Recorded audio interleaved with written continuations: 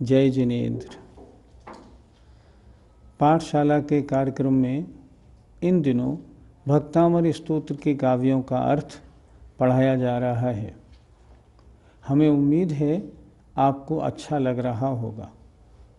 अगर कोई कमी आपको लगे ना तो हमें फ़ोन पर ज़रूर बताएं। भक्तामर स्तोत्र के 10 काव्यों का अर्थ पिछले 5 एपिसोडों में हो गया। आज 11वां काव्य हम प्रारंभ करते हैं। दृनिमेष विलोकनीयम् दृष्ट्वा भवन्तमनिमेष विलोकनीयम् नान्यत्र तोषमुपयाति जनस्य चक्षुः नान्यत्र तोषमुपयाति जनस्य चक्षुः पीत्वा पयः शशिकरद्युतिदुग्धसिन्धोः पीत्वा पयः शशिकरद्युतिदुग्धसिन्धोः क्षारं जलं जलनिधिरसितुं कैच्छेत् क्षारं जलं जलनिधिरसितुं कैच्छेत् दृष्ट्वा भवन्तमनिमेष विलोकनीयम् नान्यत्र तोषमुपयाति जनस्य चक्षुः पीत्वा पयः शशिकरद्युतिदुग्धसिन्धोः क्षारं जलं जलनिधिरसितुं कैच्छेत्। अब इस काव्य के एक एक शब्द का अर्थ देखते हैं। दृष्ट्वा देखकर, भवंतम आपको, अनिमेष बिना पलक झपकाए, अनिमेष बिना पलक झपकाए, विलोकनीयम देखने योग्य। भगवान आप कैसे हैं कि बिना पलक झपकाए देखने योग्य हैं।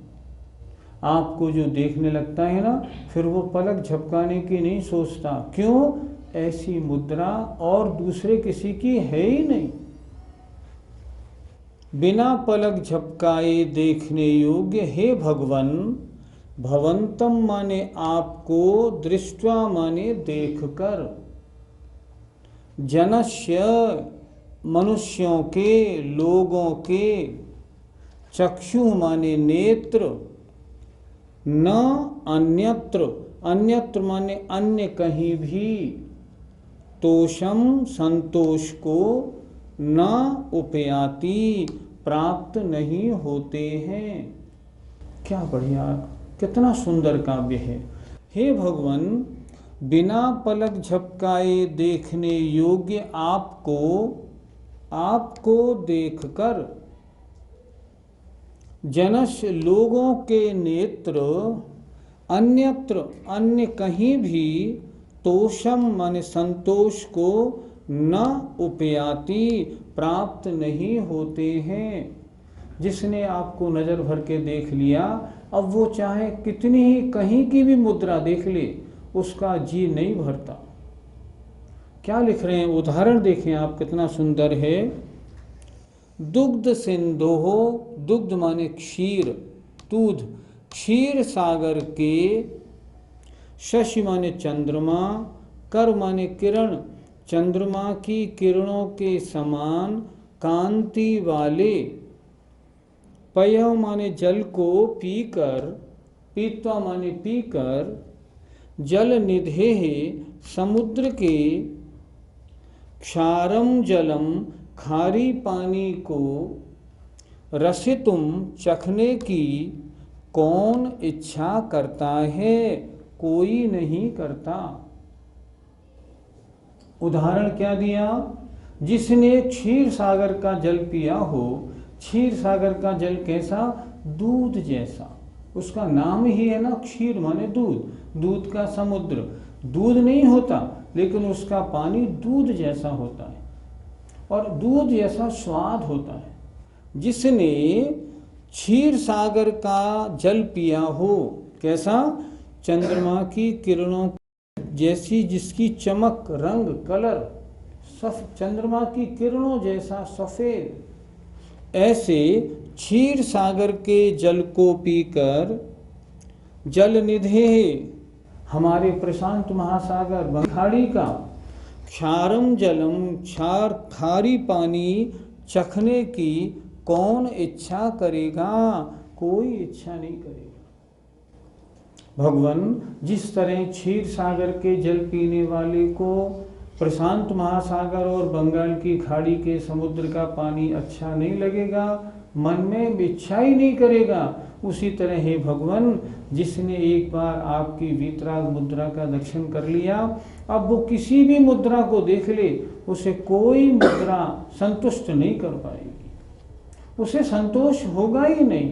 क्योंकि आपकी मुद्रा को देखने में जो आनंद है, जो वीतरागता है, जो मन को संतोष मिलता है, संतोष कहीं नहीं मिलता।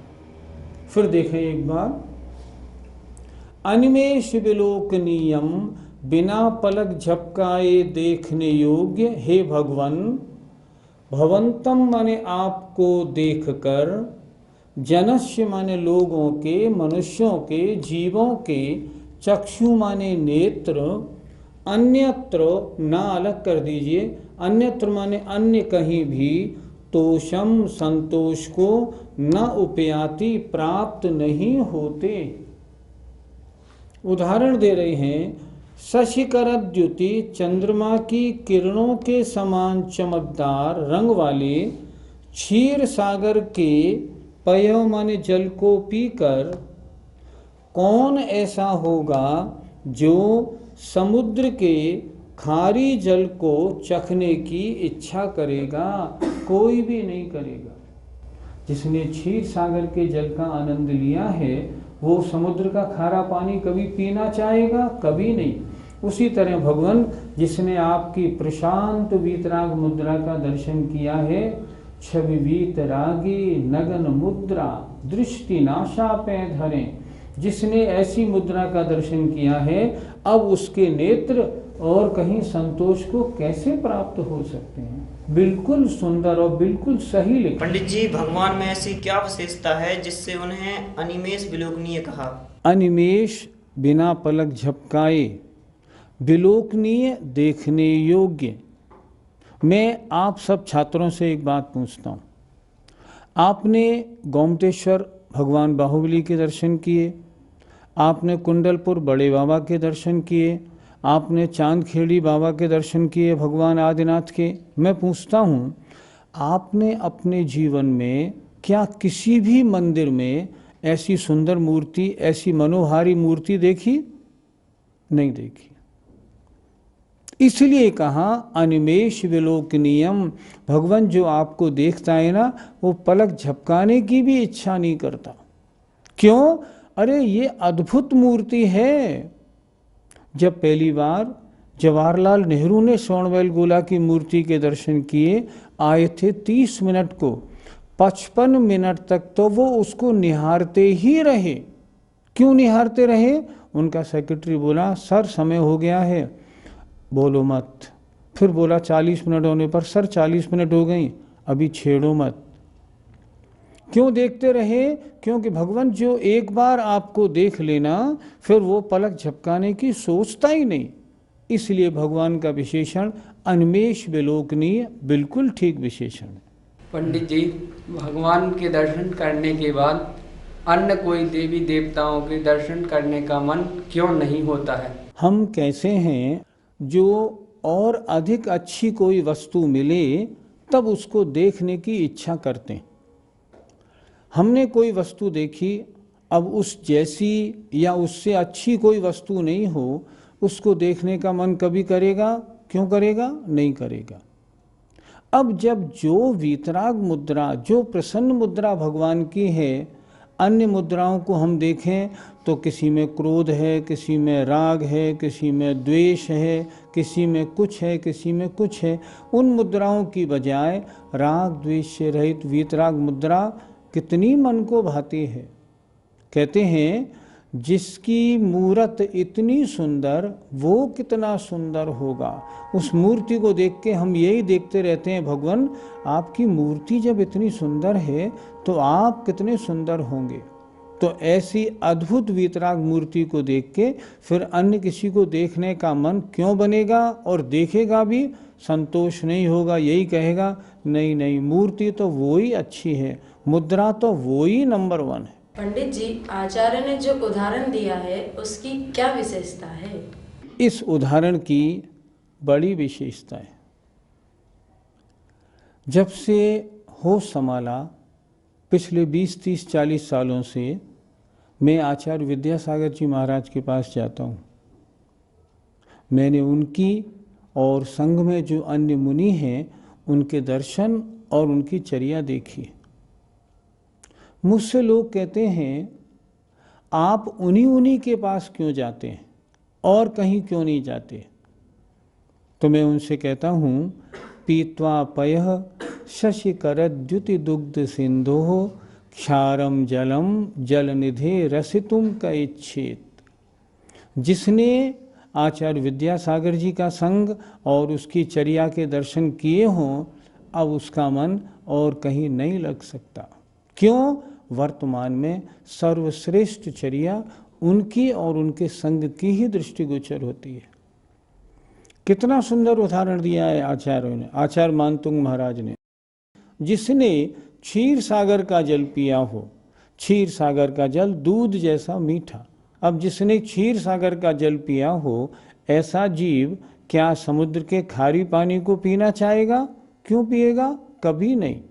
मजबूरी में प्यासा रह जाएगा फिर भी नहीं पिएगा, पिएगा तो पलटी हो जाएगी। इसीलिए उन्होंने लिखा भगवान क्षीर समुद्र के जल पीने के बाद खारे जल को पीने की किसी की इच्छा नहीं होती। इसी तरह हे भगवान, आपकी प्रशांत मुद्रा देखने के बाद अन्य किसी भी देवी देवता की मुद्रा उसके संतोष को प्राप्त करने में कारण कभी नहीं हो सकती। उदाहरण बहुत सुंदर है। आइए अब 12वां काव्य प्रारंभ करते हैं। यही शांत राग रुचिभिः परमाणुभिस्त्वं शांत राग रुचिभिः परमाणुभिस्त्वं निर्मापितस्त्रिभुवनैकललामभूत निर्मापितस्त्रिभुवनैकललामभूत तावन्त एव खलु ते प्रणवः पृथिव्याम् तावन्त एव खलु ते प्रणवः पृथिव्याम् यत्ते समानमपरं नहि रूपमस्ति यत्ते समानमपरं नहि रूपमस्ति यैषान्तरागरुचिभिः परमाणुभिस्त्वं निर्मापितस्त्रिभुवनैकललामभूत तावन्त एव खलु ते प्रणवः पृथिव्याम् यत्ते समानमपरं नहि रूपमस्ति। आइए काव्य नंबर 12 का अर्थ देखते हैं। यही जिन शांत राग माने राग रहित, रुचि भी सुंदर, परमाणु भी परमाणुओं से, त्वम माने आप।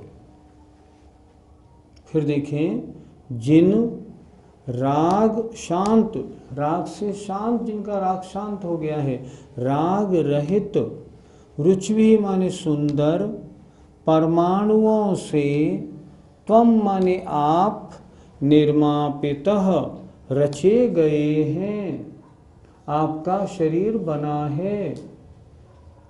कैसे हैं आप?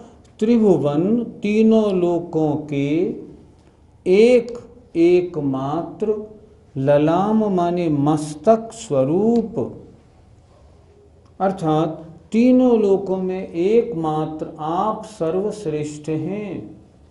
हे भगवान, आपके अलावा ऐसा कोई नहीं जिनको तीनों लोकों के 100 इंद्र नमस्कार करते हों। इसलिए तीनों लोकों के ललाम भूत माने टॉप मोस्ट, आपसे और बड़ा कोई है ही नहीं। क्या लिखा? त्रिभुवन तीनों लोकों के एकमात्र मस्तक स्वरूप। तीनों लोकों में सिर्फ एक आप ही हैं जो सर्वश्रेष्ठ हैं।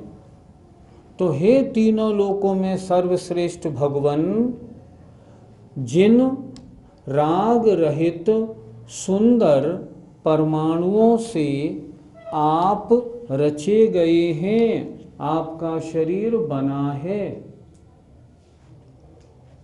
ते अण्वः अपि, वे अणु भी, खलु माने निश्चय से, तावंत एव उतने ही थे।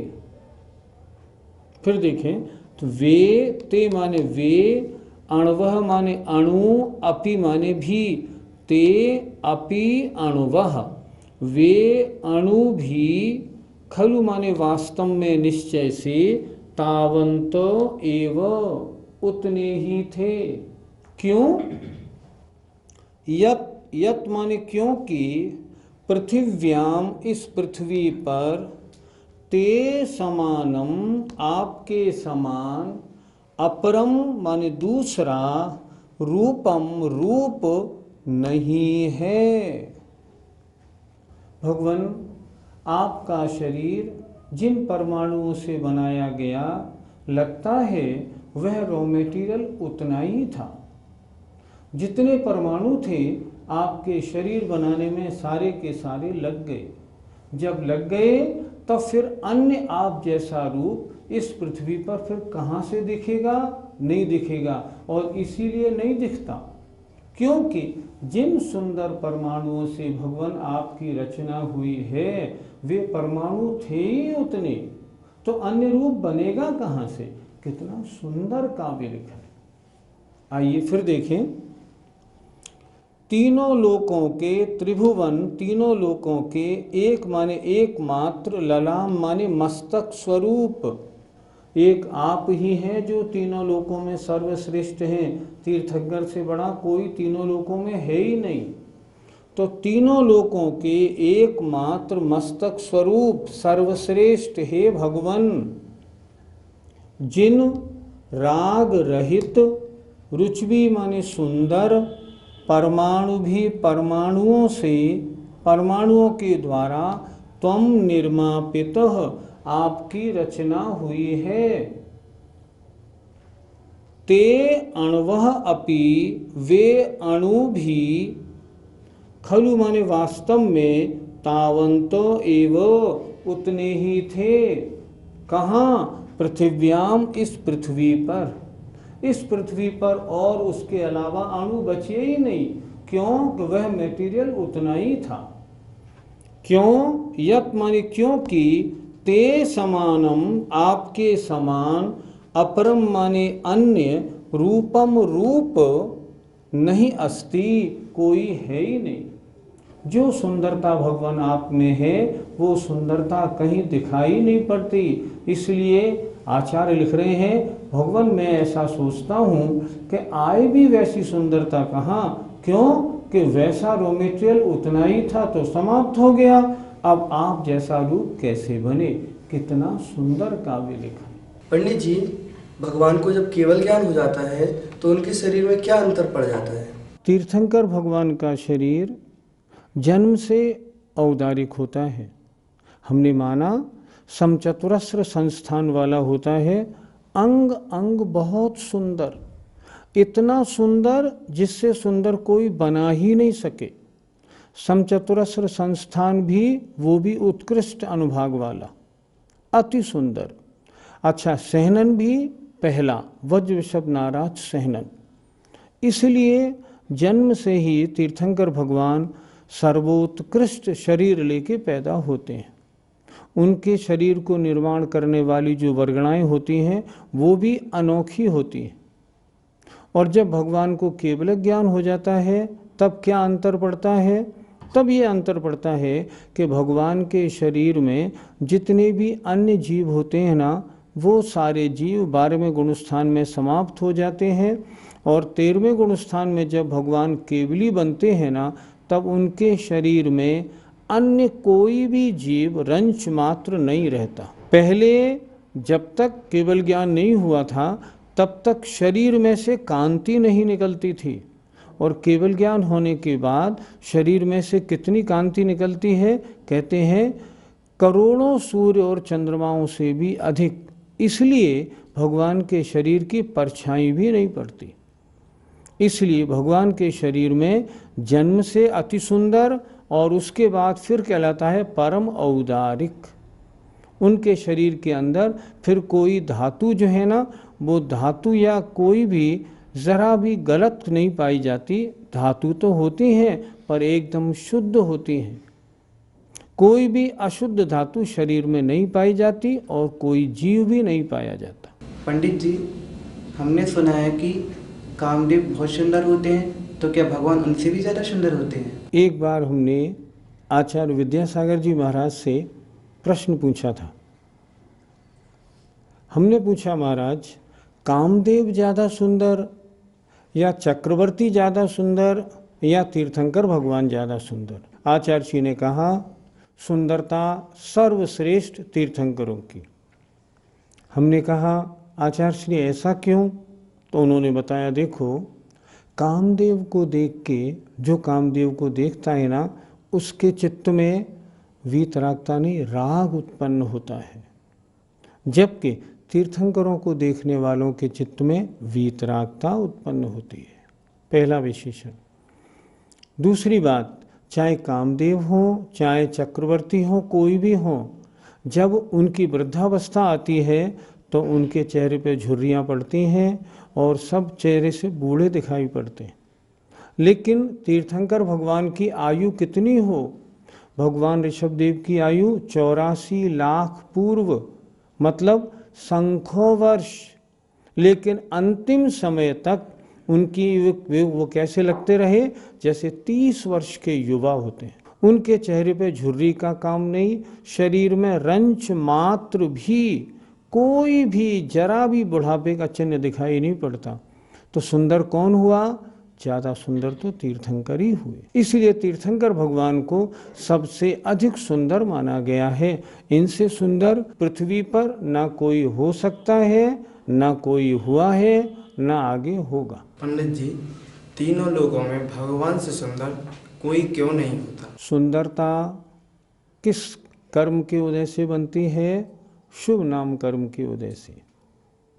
अच्छा, पुण्य प्रकृति सबसे बड़ी कौन सी है? तीर्थंकर प्रकृति सबसे बड़ी पुण्य प्रकृति है। तो तीर्थंकर प्रकृति वाले जो जीव होते हैं उनसे ज़्यादा पुण्यशाली, उनसे ज़्यादा नाम कर्म की प्रकृतियों का अनुभाग रखने वाला कोई हो ही नहीं सकता। और जब कोई नहीं होगा तो शरीर की और अधिक सुंदरता कोई कहाँ से लाएगा? क्योंकि शरीर की सुंदरता देने वाला तो नाम कर्म ही है, और उस नाम कर्म की पुण्य प्रकृतियों का सर्वश्रेष्ठ अनुभाग तीर्थंकरों का होता है। इसलिए उनसे सुंदर कोई हो ही नहीं सकता। पंडित जी, वे परमाणु इतने ही थे, इससे हमें क्या लेना है? मानतुंग स्वामी ने ये प्रश्न स्वयं उठाया और स्वयं उत्तर दिया है। उन्होंने क्या कहा इस श्लोक में, इस काव्य में, कि भगवान आप जैसा सुंदर इस पृथ्वी पर दूसरा क्यों नहीं? इसका मतलब ऐसा लगता है कि भगवान जिन परमाणुओं से आपका शरीर बना वो सारे परमाणु आपके शरीर बनाने में कंज्यूम हो गए, और कंज्यूम हो गए, शेष नहीं बचे, तो भगवान आप जैसा रूपवान फिर दूसरा और बनता क्यों? यहाँ आचार्य ने ये एक उदाहरण दिया है और कारण बताया है, आप जैसा सुंदर कोई क्यों नहीं? क्योंकि इतना कोई पुण्यशाली हो और इतने नाम कर्म की शुभ प्रकृतियों का इतना अच्छा अनुभाग किसी के हो, तब शरीर के योग्य और अधिक सुंदर परमाणु बनते, लेकिन इतना किसी का था नहीं। तो वे परमाणु, वे जीव, मतलब आपके अलावा कौन जीव है ऐसा जिसकी और अधिक सुंदरता हो सकती है? ऐसा कोई भी नहीं हो सकता। इसलिए भगवान, हमें तो ऐसा लगता है वे परमाणु उतने ही थे, आपके शरीर में लग गए, अब शेष बचे नहीं, तो अन्य आपसे सुंदर या आप जैसा सुंदर कौन बने? कोई भी नहीं। आइए एक बार इस सुंदर काव्य का अर्थ फिर देख लेते हैं। यही माने जिन, शांत राग माने राग रहित, रुचि माने सुंदर, परमाणु भी माने परमाणुओं से, त्वम निर्मापितः आप रचे गए हैं। तीनों लोकों में एकमात्र मस्तक स्वरूप, आभूषण स्वरूप, सर्वश्रेष्ठ भगवान आप। ते अण्वः अपि, वे अणु भी, पृथिव्याम पृथ्वी पर, खलु माने निश्चय से, तावंत एव उतने ही थे। यत इसीलिए तो, ते समानम आपके समान, अपरम रूपम नहीं अस्ति, अन्य किसी का रूप नहीं है। कितना सुंदर है। इस सुंदर भक्तामृत स्तोत्र का हर काव्य पढ़ाने में बहुत आनंद आता है, सुनने में बहुत आनंद आता है, और जब भगवान के सामने पढ़ें अर्थ सहित तो बहुत ही आनंद आता है। मुझे उम्मीद है पाठशाला के इस कार्यक्रम को आप लोगों ने बहुत मन से चाहा होगा, और अब जब भी आप स्तोत्र पाठ करेंगे अर्थ सहित करेंगे। समय आपका हो गया, आइए। जय जिनेन्द्र।